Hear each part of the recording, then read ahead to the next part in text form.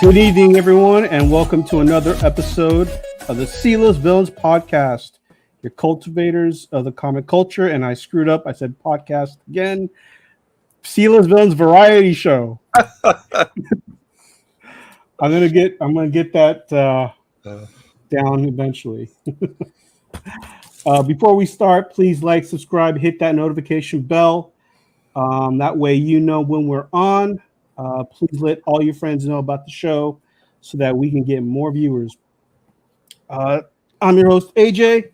We've got Red and Luke in the house. E-Man is on a trip. He's currently at Universal Studios. So Hood rat, Hoochie Mama.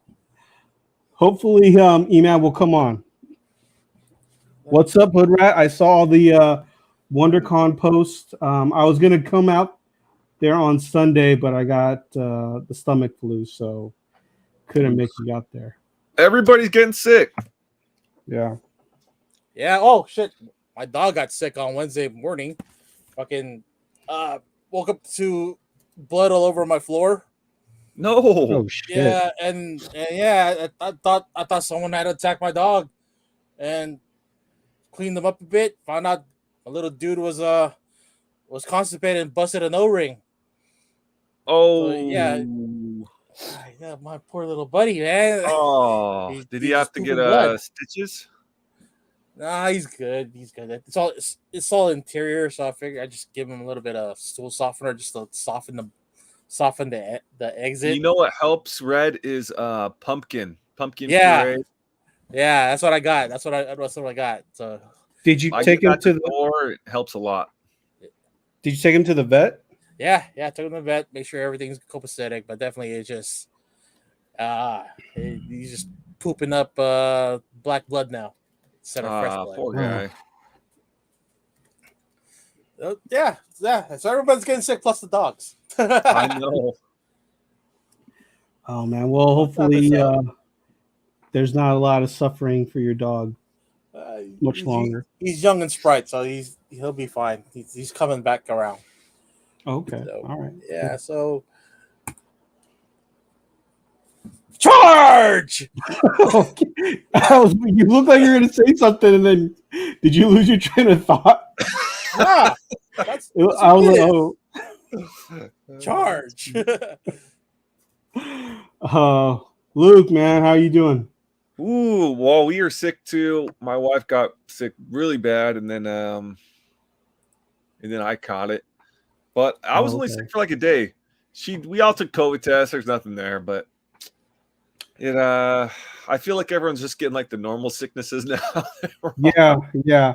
I thought I was getting the because I was looking online with the day I got the stomach flu, and I was like, there is like a new coronavirus COVID that's kind of like similar to the stomach flu, and I was like, oh shit, I wonder if I got that. And then I don't know, after a couple days, like 2 days, I was fine. So I'm like, I guess not.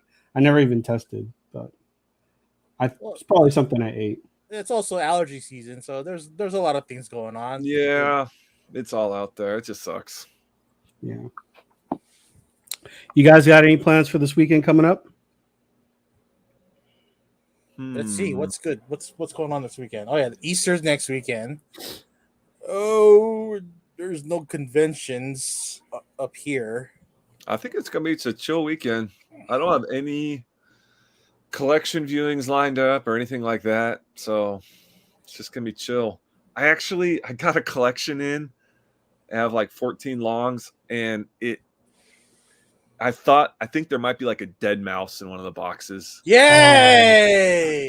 It smells so bad. This is worse than the smoker's lot that you bought last year. Yeah, then this is not the smoker's lot. It just smells like a dead mouse because I just put them in. I gotta find somewhere to put these boxes. Oh, dude. Oh, they're not in the shed. Yeah, I gotta put them out there. So they're in the garage with you. Yeah, they're in the. I put them in the garage. I just took them out of the Yukon and put them right there, and then. Oh, it must be smelling lovely. I know. Well, I thought a mouse had died like in here, and then Rachel came out. She's like, no, it's the boxes. And I'm like, no, it's not. That's a collection. It's a collection. She's like, Luke, put your nose right here. It's the boxes. And like, as 99.9% of the time, my wife is right. Were these blind purchases, or did you get to dig through at least a few of them? Oh man, blind. But these were like $20 longs. So Wow, that's cheap. What's the age on the box? Is it? dude, that's what I'm saying, man. $20 for 300 books. You just can't. You're not gonna turn that down. Are the boxes aged yellow? Like they've been sitting in storage for a long time? Oh yeah. Oh Okay, yeah. So I'm thinking at least mid 80s. 80s, 90s, probably. Who knows? Yeah. I mean, I don't even care. $20 a long box. It could be whatever. That's a So steal. that guy just was like, I'm done. I'm done with all these books. Dude, it wasn't a civilian. It was a dealer. And he knew, and it really was one of those situations where it was just like, he's like, I don't know, man. And I'm like, dude, if I buy them all, will you do $20 a box? And he's like, done. I want them gone right now. Wow. Nice. We're talking about 10 cents a book at least. Well, what's $20 divided by, well, I mean, conservatively 250, whatever that would be. Yeah. So a little less than 10 cents a book. That's Yeah, nice. Yeah, dude. You're bound to definitely, well, I mean, obviously, you're gonna earn that for sure. Yeah, well, a blind box buy should at least range between a nickel to 25 cents a book. And 25 cents is kind of high. Sometimes, I mean, it just depends. Sometimes I'll pay up. Yeah. But I know my LCS wouldn't take anything less than roughly 12 cents a book. Oh, really? When people try to sell their collections to them? Yeah. Because they're not going to go and just go through them all and just pick out and cherry pick the good ones. Then they just want to take in all the inventory and then sort it out later. Dude, I mean, I bought a really nice collection last weekend. I gave the guy mid 4 figures. Well, it had like some nice slabs in it, like this Crow. Oh, shit. First Crow Caliber 1, signed by Dale Barr. He signed it twice, actually. He signed it on the front and the back. That was really cool. Yeah. During that situation, is it a second signature bring down the grade because now it's just considered graffiti or just like a doodle? It says it's a witness sig, and it says on front and back cover on May 27th, 2017. I mean, there was that infamous Stan Lee blank that had like rainbow signatures, and they were trying to sell it for like $5,000. Dude, do you remember that? No, I think it even went. They were asking for more, and then the stick figure Stan. Oh yeah, remember that one? He was asking $1 million. But that one had a full quote too. With great power comes with. Did it have a quote too? I remember the stick figure Stan. Yeah, that was the stick figure Stan had a quote. I liked that rainbow one though. I don't know what that was though. That was really weird. That was super weird. Is that where Clayton Crane got the idea of the rainbow signature? Is from that? I know. Original Stan Lee I one. don't know. How many signatures was that? Was it like at least 15, right? 15 of each color or something? Yeah, it was a lot. Was that Roy G. Biv? The Roy G. Biv signature? Wait, what? Roy G. Biv. Red, orange, yellow, blue, indigo, violet. Yeah. I actually just got a really nice Stanley signature in, but it was personalized. So I just sold it for $100 and someone snagged it. It was a low grade book, but yeah, it was a random, like, why would you get this signed by Stan Lee? But it was a beautiful ballpoint sig, which you never see.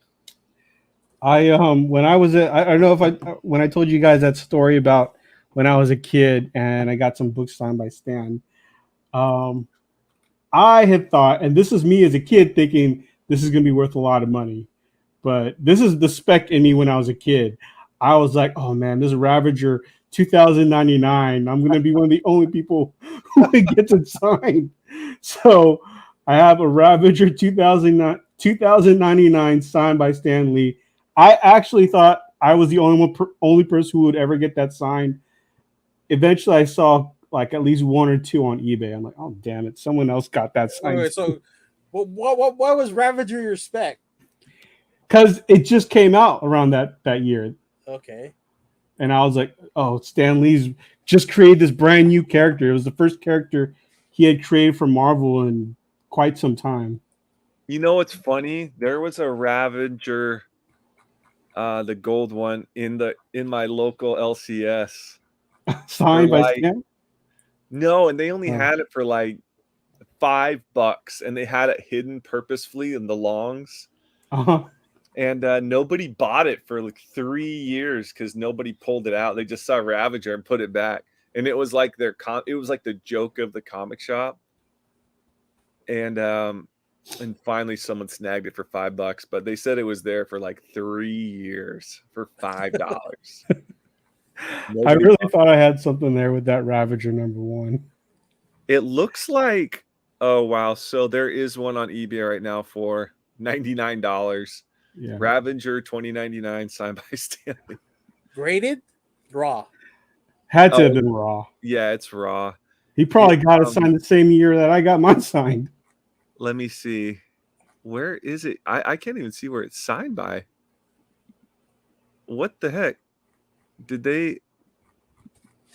Oh no, it's on the cover. It's gold Sharpie on the cover. Oh wow, he signed it in gold with the gold cover. That's weird. And you know what though? It's it doesn't look too bad, but there have been quite a few fakes. It's the most faked signature out there. It's not too hard to do. Yeah. Yeah, I can't find that stick figure one anymore. I don't think it's listed. Do you guys remember the Best match. The Walking Dead Stan Lee one? I do not. Was it a tribute? No. It actually got destroyed. This is back when Stan Lee was signing blanks, right? Okay. Like, do you know why towards the end he would sign blanks the whole book? I don't. You don't? Okay, I so don't remember the story. when people would bring him blanks, he would just do his normal size signature, just like small, like and people would get that graded, right? One time he had signed, well, not one time, but one of the books that he signed was, I think it might have even been like a Walking Dead blank, right? Okay. He signed his name on the book, and then an artist drew, he drew Negan hitting Stan Lee, a la how he killed Glenn. Oh, really? Wow. Okay. Yeah. And then, it kind of went around the circles, and eventually, Stan Lee's people, they were not happy about that sketch. So there was an undisclosed amount. They paid for it, and they destroyed that book. And then afterwards, Stan never signed small on any blank again. He would do the whole book.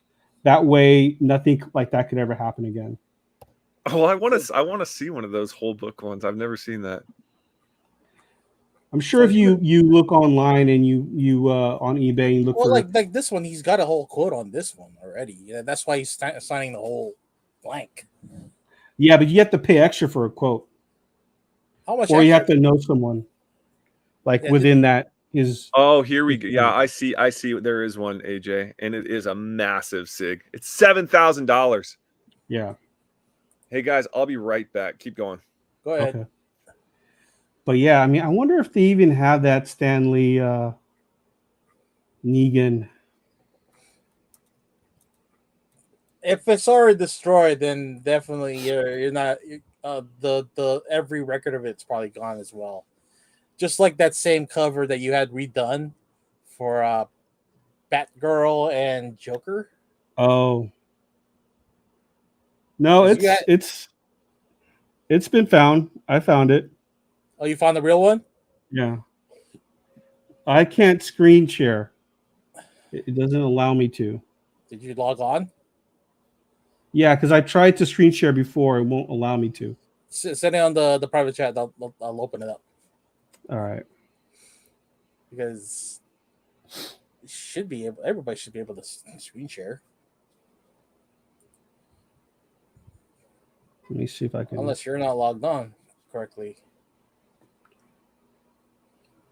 Here, I'll just do this.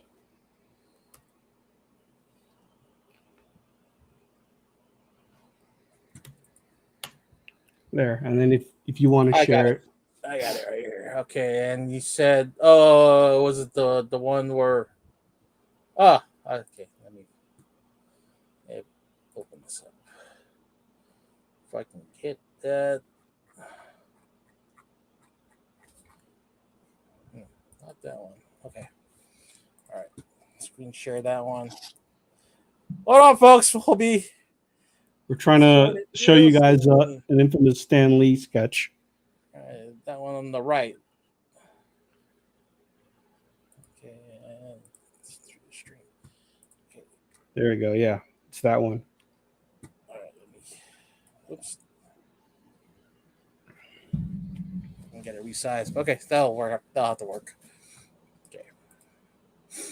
Oh, Yeah, okay. So it looks like he just signed this portion right here at the corner. And damn. yeah. Actually, that's a pretty good commission.